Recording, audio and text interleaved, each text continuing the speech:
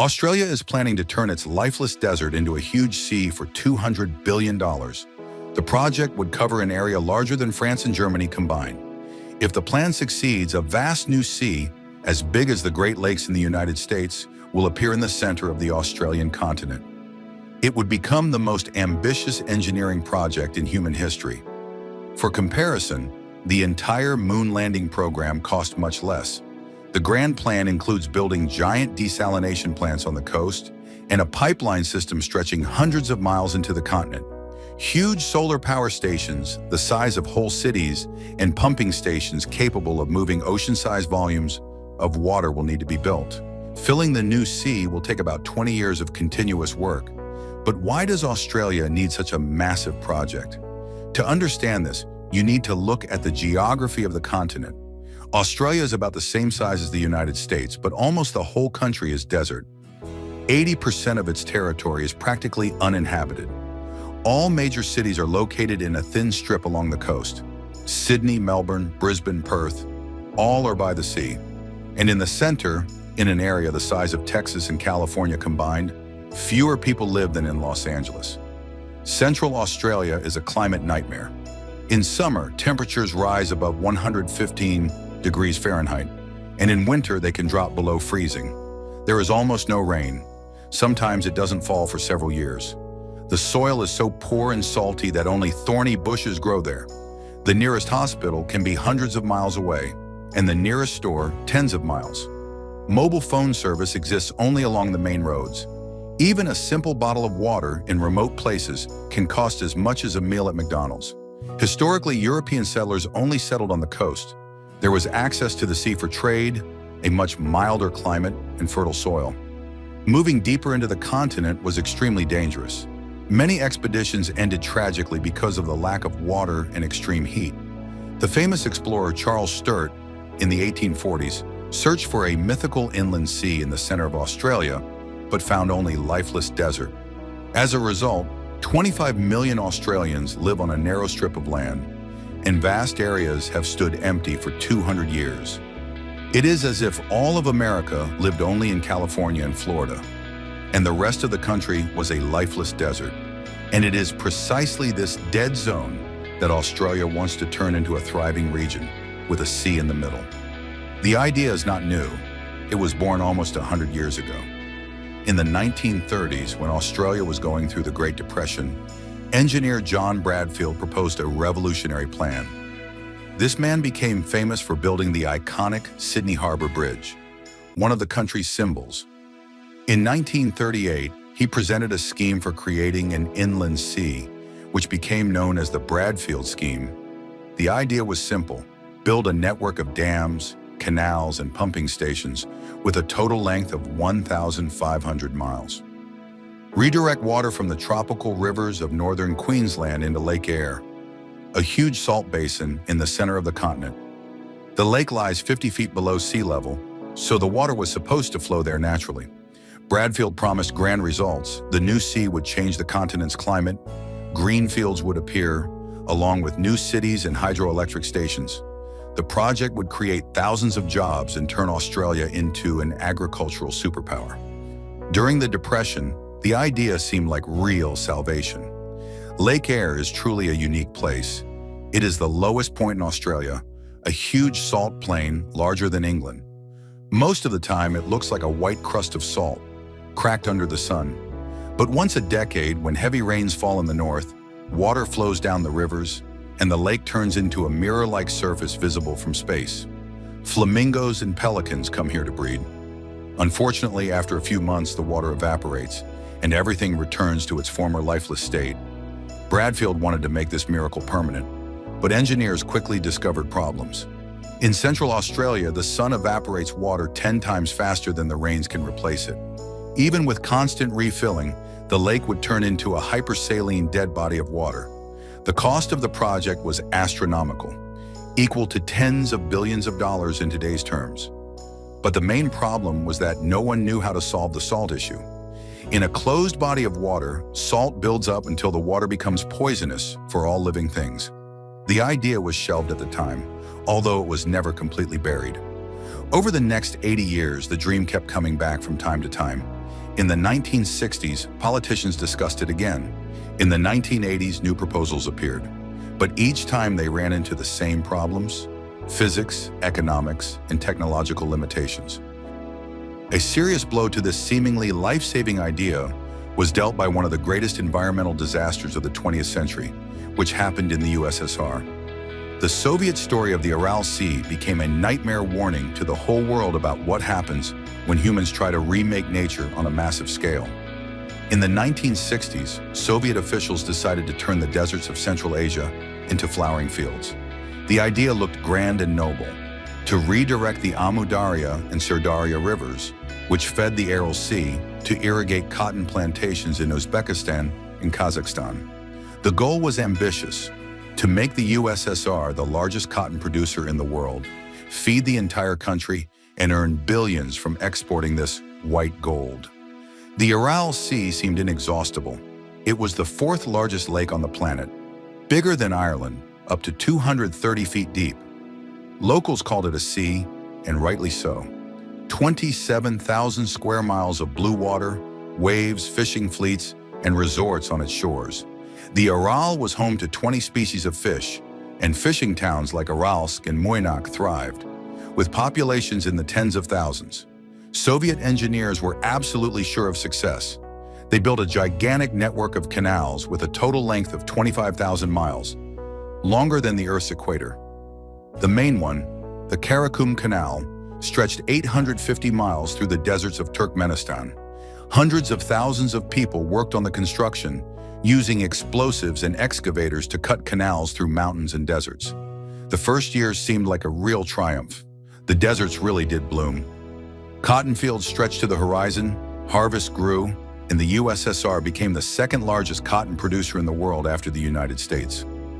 New cities, irrigation systems, and cotton processing plants appeared in Uzbekistan. Officials celebrated humanity's victory over nature. But already in the 1970s, the first alarming signs appeared. The level of the Aral Sea began falling faster than expected. The shores retreated, exposing the seabed. Fishermen in port towns watched in horror as the sea moved away from their docks by miles. The water's salinity increased and fish began to die. By the 1980s, the tragedy was obvious. The Aral Sea had shrunk by half. The port of Aralsk was left 25 miles from the shore. Fishing boats stood on the dry seabed, like monuments to human foolishness. The water's salinity had increased tenfold. The sea had turned into a giant salty solution where no life could survive. But the real horror began in the 1990s.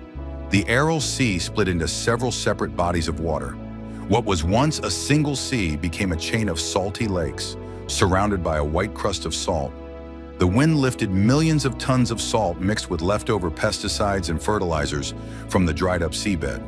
These toxic dust storms became a true disaster. Poisonous dust spread thousands of miles by wind, even reaching Europe. In the region, cancer, kidney diseases, respiratory illnesses, and infertility rose sharply. Child mortality in Karakalpakstan, the region next to the former sea, became one of the highest in the world. The economic consequences were catastrophic. The fishing industry, which had fed 60,000 people, disappeared completely. The city of Moynak, once a thriving fishing port, turned into a ghost town in the middle of a salt desert. People left the region en masse, and the population of some areas was cut in half. The climate changed radically.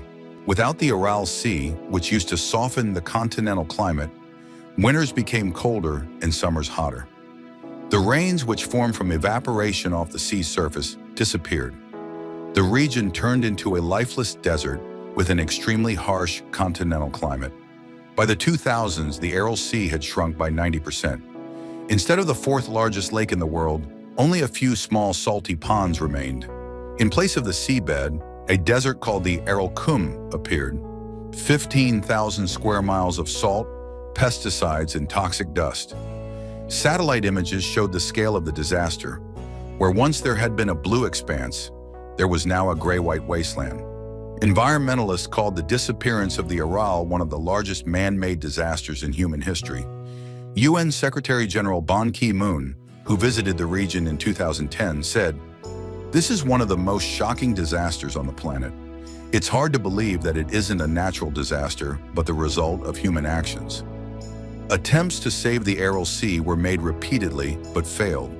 In the 2000s, a dam was built that partially restored the northern part of the sea in Kazakhstan, but the southern part in Uzbekistan continued to dry up. International organizations spent billions of dollars on aid programs for the region, but restoring the sea to its former size proved impossible. The scariest part was that the disaster was predictable. Back in the 1960s, Soviet scientists warned about the possible consequences. They calculated that diverting the rivers would cause the sea to dry up, but the political leadership of the USSR ignored all the warnings. Short-term economic gains seemed more important than long-term environmental risks. The story of the Aral Sea became a symbol of how grand plans to reshape nature can turn into a terrible tragedy. It showed that large bodies of water cannot be treated as isolated systems. They are connected to the climate, ecosystems, and the lives of millions of people through complex links that we still do not fully understand. That is why when in the 2020s people started talking about reviving the Australian Inland Sea Project, environmentalists around the world raised the alarm. "Don't repeat the mistakes of the USSR" became their main slogan. The Aral disaster became the main argument against the Grand Australian Project. The Australian plans to create an inland sea started to seem like madness. For a long time, no one took these dangerous fantasies seriously, but in the 2000s and 20s, the idea unexpectedly came back. And this time, it was more real than ever. What changed? First of all, the water crisis in Australia reached the point of no return. The country is experiencing a water apocalypse. Since 2017, Eastern Australia has been in the grip of the worst drought in 400 years of records. This is not just dry weather, it is the collapse of water systems on a continental scale. Imagine the city of Tamworth with a population of 60,000, more than some European capitals, almost ran out of water. Reservoirs dried up by 90%. Residents stood in lines stretching for miles for drinking water. People washed from buckets, did laundry once a week, and children had not seen full bathtubs for months. Even worse was the situation in the small town of Stanthorpe. 5,000 people were left with no running water at all. The central water supply was completely shut down. Each family got 25 gallons of water a day, less than the average American uses for a single shower. Imagine cooking, drinking, washing, doing laundry, all on 25 gallons. People had to choose between a shower and making dinner. In rural areas, a true tragedy began. Farmers were killing livestock en masse, not to sell, but because they had nothing to give the animals to drink. In 3 years of drought, the cattle herd shrank by 10 million head. That is a third of all the country's cattle. Farms that had been passed down for 150 years were being sold for next to nothing or simply abandoned. Entire families left the land where their great-great-grandfathers had lived. John McCartney, a farmer from New South Wales, told journalists, "I shot 400 head of cattle last month. Not because I wanted to, because they were dying of thirst. My family has kept this farm for 70 years. Now I'm the last one." There are thousands of stories like his, but the real horror came with the fires of 2019 to 2020, which were called the Black Summer. This was not just a natural disaster. It was the end of the world in a single country. An area larger than the United Kingdom and Ireland combined burned. To understand the scale, it was as if fire destroyed everything from New York to Chicago. 3 billion animals died. Kangaroos, koalas, birds, reptiles burned alive. Smoke from the fires rose 9 miles high and circled the entire globe. NASA satellites detected the smoke over South America and Antarctica. In New Zealand, the sun shone red because of the Australian smoke. The air in Sydney became more toxic than in Beijing during its worst smog. The economic damage exceeded $100 billion. But money was not the only thing lost. Entire towns burned down. The town of Malakuta became a trap. 4,000 people were surrounded by fire and took shelter on the beach, waiting for evacuation by military ships. Air temperatures reached 120 degrees Fahrenheit. Ash fell like snow, and the sky turned orange-black. Firefighters worked without rest for months, but the fire was stronger. Usual firefighting methods didn't work. The flames moved at 50 miles per hour, creating their own fire tornadoes several miles high. Fire trucks melted from the heat. Helicopters couldn't take off because of smoke and turbulence. Big cities were also under threat.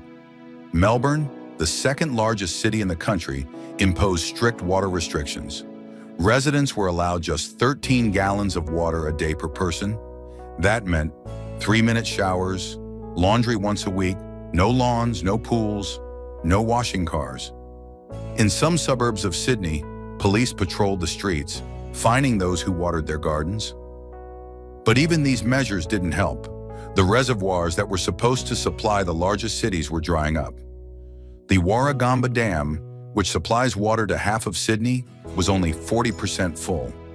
This was the lowest level in recorded history.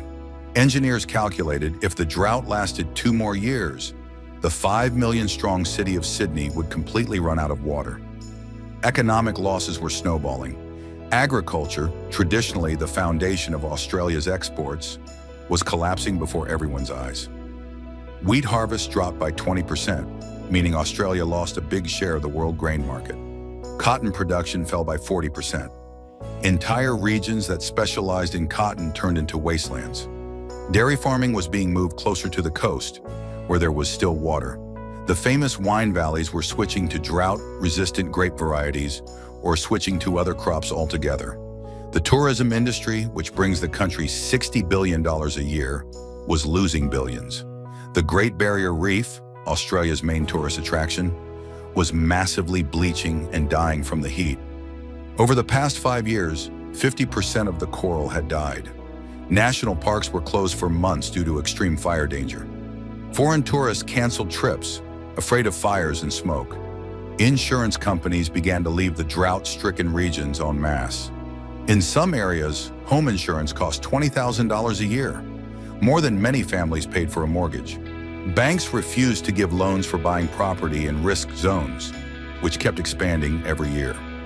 Land prices in central regions collapsed by 70%. The social consequences were catastrophic. The suicide rate among farmers reached a historic high. One farmer took his own life every 4 days. Psychologists called it an epidemic of depression caused by the climate disaster. Children in drought-stricken regions didn't remember what full rivers looked like. For them, drought had become the normal way of life. Traditional solutions had completely run out. Over the past 20 years, Australia had built dozens of new reservoirs at a total cost of $50 billion. The result? They stood empty because there was nothing to fill them. Rain was falling less and less often, and when it did, it evaporated before it could reach the reservoirs. Desalinating seawater worked partially for large cities, but was extremely expensive and required huge amounts of energy. Desalinated water cost 5 times more per gallon than regular water.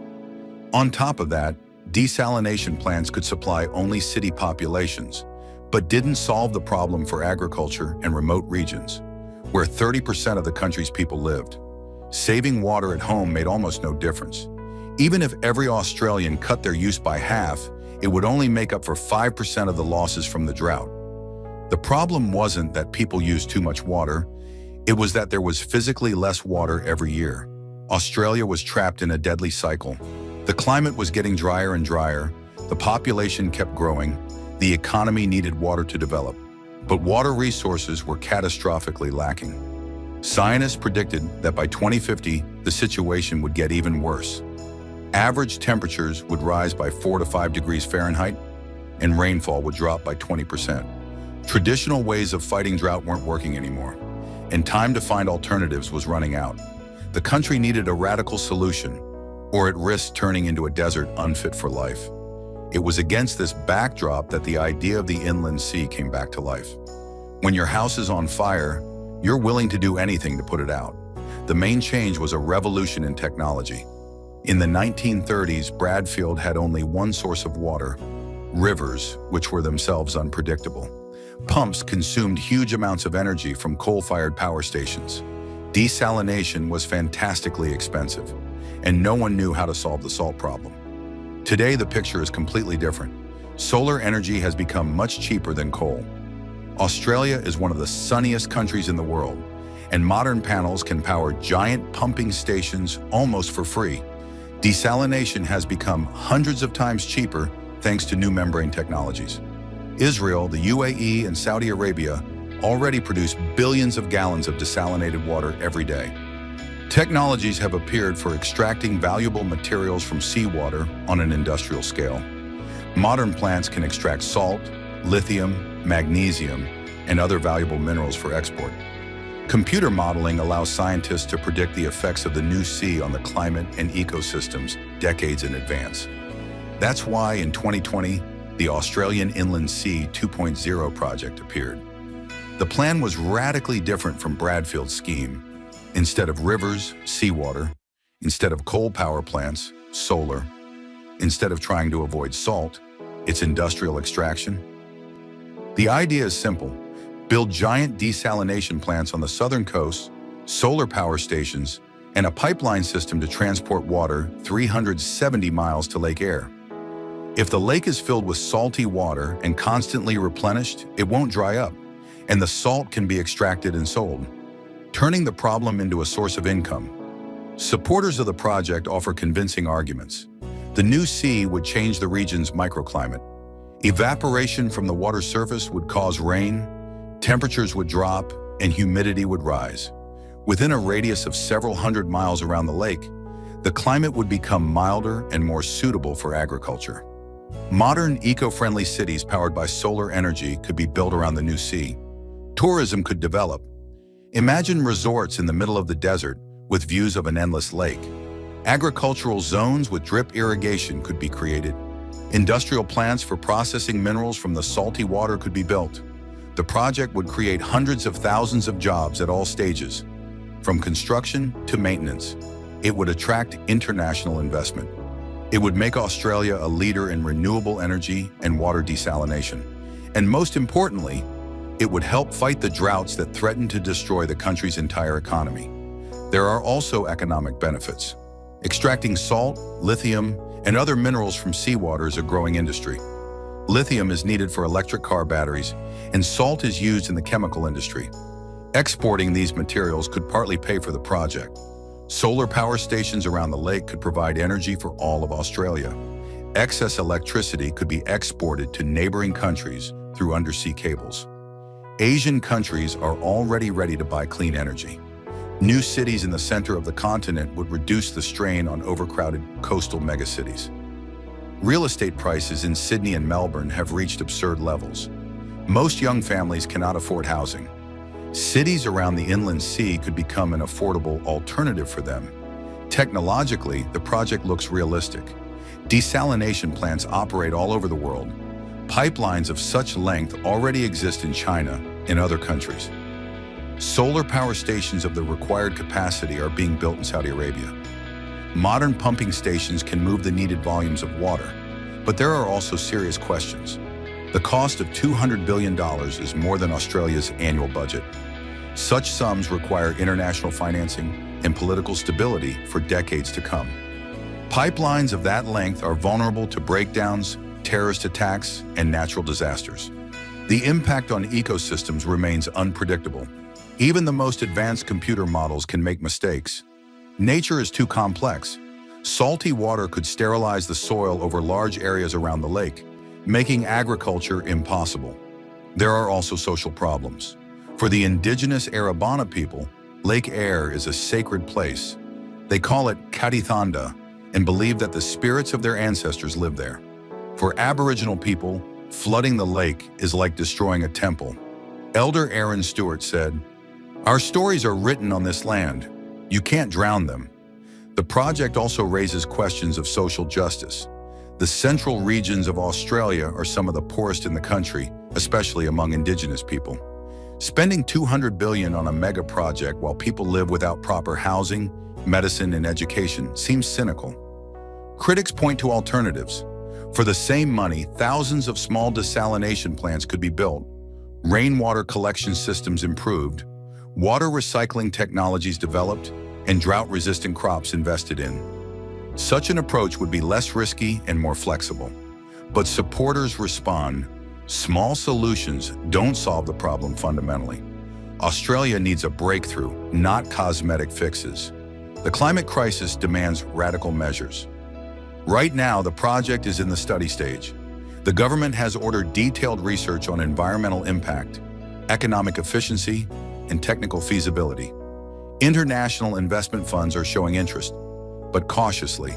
Environmental organizations are demanding safety guarantees. A decision must be made in the next few years.